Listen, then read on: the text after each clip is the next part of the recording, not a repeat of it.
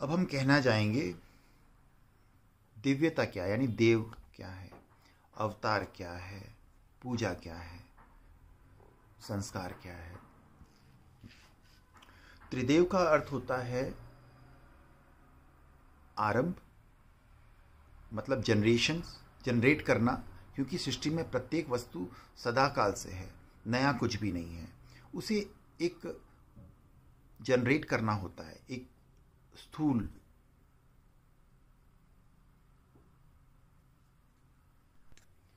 स्थिर हो गई वस्तु, मानसिकता, स्वभाव, चैतन्य को कोमा से बाहर निकालने की प्रक्रिया, मतलब जनरेट करना, फिर से जनरेट।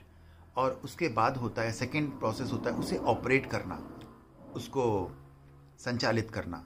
उसके बाद में उसको डिस्ट्रॉय करना। डिस्ट्रॉय का मतलब आप अपना कार्य सिद्ध कर दो, उसके बाद में उसे समाप्त किया जाता है। समाप्त करके मतलब आपका सिद्ध हो चुके हो, उसके बाद में उस वस्तु की आवश्यकता नहीं रह जाती।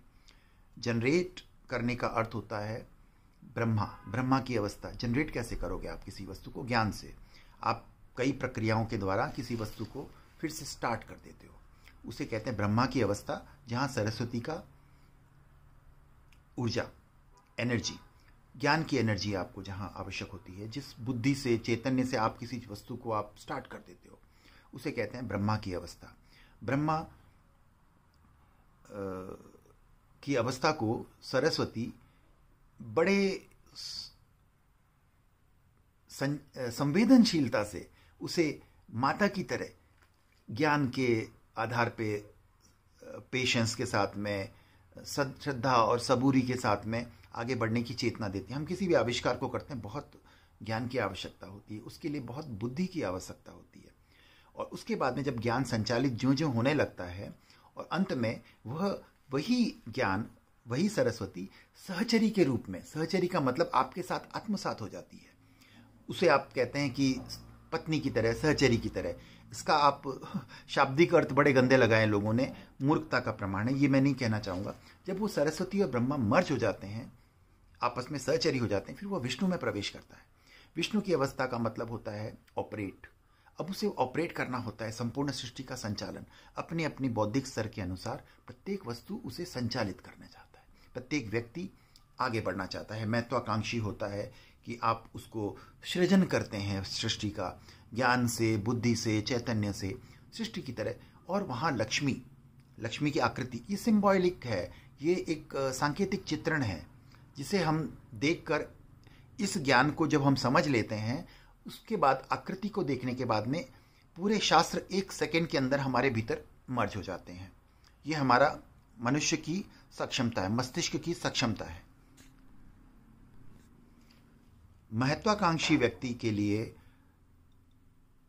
लक्ष्मी की ऊर्जा, लक्ष्मी का अर्थ होता है लक्ष्य प्राप्ति, लक्ष्य की ऊर्जा होती है, वह उसके भीतर उसे प्रज्वलित करती है, उसे बहुत महामानव की तरह एक प्रदर्शित करती है, प्रकाशित करती है, उसे संचालित करती है। उसका पत्नी का रूप होता है, क्योंकि ब्रह्मा की अवस्था में सरस्वती मर्ज होकर जैसे ही पत्नी के रूप में, पत्नी का मतलब सहचरी के रूप में, इसे आप अपनी मानसिकता के हिसाब से ना सोचें, अध्यात्म के हिसाब से सोचें। पत्नी का रूप सहचरी होता है, सहचरी के रूप में लक्ष्मी के रूप में आ जाती है, उसके चरण भी दबाती है। चरण का दबाने का मतलब उसे अभिमानी बनाना। अभिमान का अर्थ ये नहीं है कि बुरा, उसे भयंकर महत्वाकांक्षी बनाती कि जी आप कुछ भी कर सकते हो, यू कैन डू एनीथिंग। ये भावनाएं लक्ष्मी की ऊर्जा विष्णु में संचालित करती है। जब विष्णु का कार्य संपूर्ण होता है, संपूर्ण जगत को संचालित कर देता है, उसके बाद यही ऊर्जा उसके भीतर अपने कार्य को पूर्ण करने के पश्चात वह कहती है, आप संपूर्ण होने के बाद नेक्स्ट आयाम होता है फुल स्टॉप, यानी दुर्गा। विष्णु और लक्ष्मी जनरेट होकर, मिक्स होकर दुर्गा का रूप लेती है। दुर्गा एक मातृ रूप है, माता का रूप है।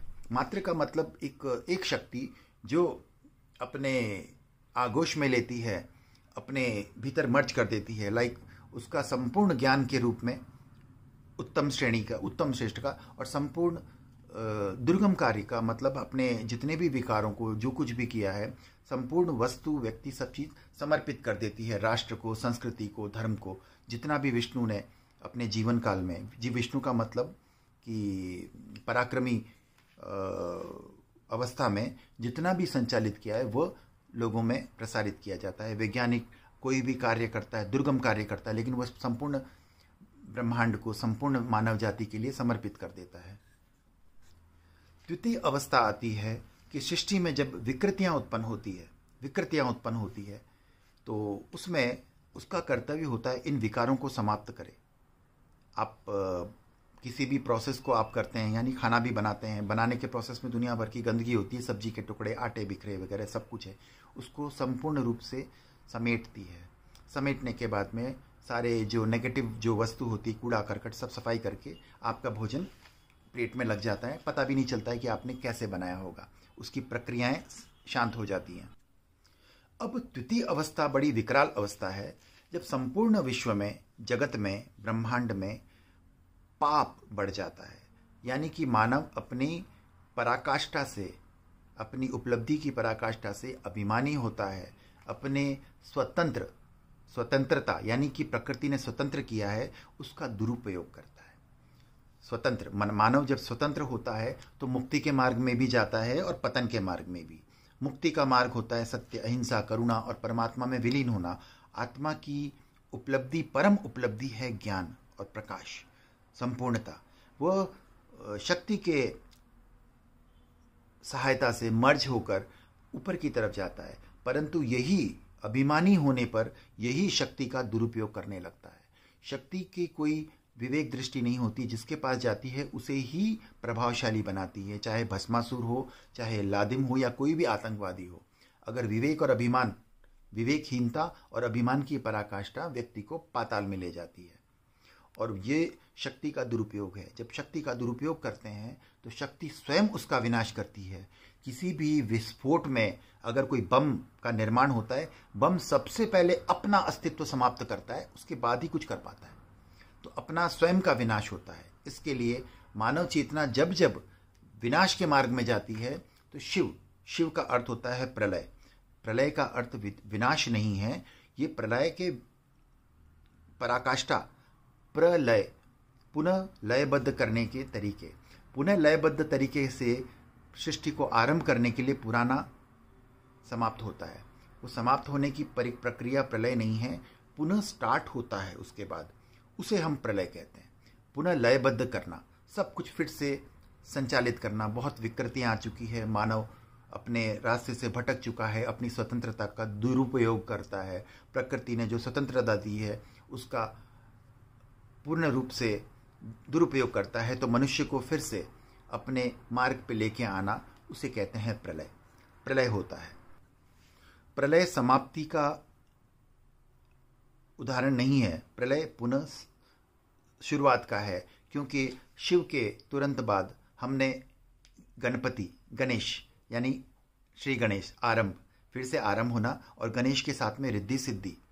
रिद्धि सिद्धि का मतलब लक्ष्मी और सरस्वती।